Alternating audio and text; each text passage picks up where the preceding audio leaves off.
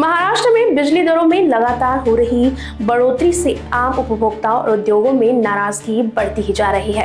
मार्च 2025 में जन सुनवाई के बाद MSEDCL ने बिजली दरों और फिक्स चार्ज में वृद्धि की, साथ ही सौर ऊर्जा से मिलने वाले लाभ भी कम कर दिए गए। इसके बाद जून 2025 में बिना उचित जन सुनवाई के पुनर्विचार आदेश जारी कर दरें फिर से बढ़ा दी गई है।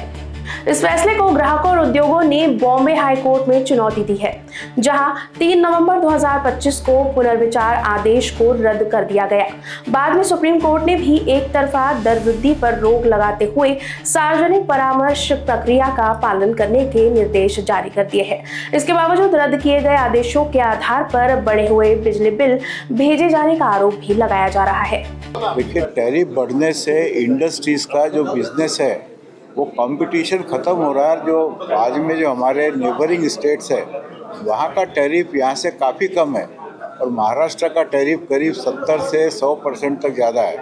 तो कंपटीशन में नहीं कर पाने से यहाँ का जितना भी प्रोडक्शन है वो कम होते जा रहा दिन पे दिन और मार खा रहा है। बहुत से इंडस्ट्रीज ऐसे कई उदाहरण है कि यहाँ से शिफ्ट होकर के या तो छत्तीसगढ़ चले गए या MP में चले गए। तो हमारे पास बॉर्डर से लगे हुए जो स्टेट है, दूसरा इंडस्ट्रियल डेवलपमेंट पूरा यहाँ पर रुक गया है बिकॉज ऑफ पावर टैरिफ। क्योंकि आज स्टील इंडस्ट्रीज, टेक्सटाइल इंडस्ट्री, इनके लिए पावर एक रॉ मटेरियल जैसा काम करता है।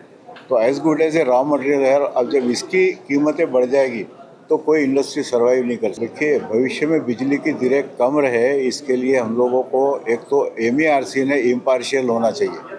पब्लिक हियरिंग जो है ये इम्पार्शियल तरीके से करना चाहिए। एक्ट का जो प्रोविज़न है वो होना चाहिए।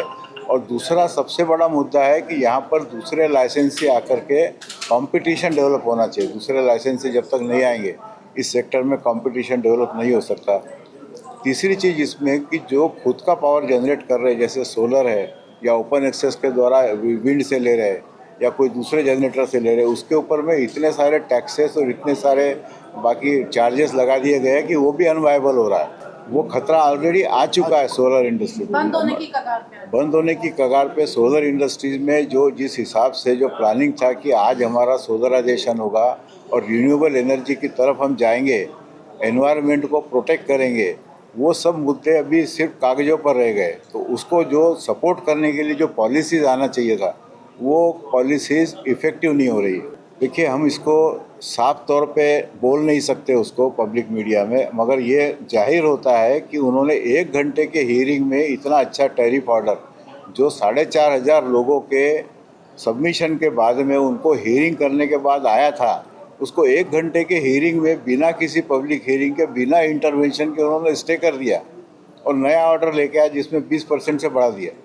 तो इसमें से आप लोग अभी विचार करिए कि क्या हो सकता है। पब्लिक हियरिंग में अगर MERC ने फिर भी इसको मुद्दे को मान करके रिव्यू पिटीशन को अलाउ किया और ऑर्डर इशू किया तो हम लोग इसमें अपीलेट ट्रिब्यूनल में जाएंगे। क्योंकि अपीलेट ट्रिब्यूनल के कई ऐसे ऑर्डर है कि इस प्रकार का जो पिटीशन है जो रिव्यू पिटीशन के फ्रेमवर्क में नहीं बैठता वो इलीगल है।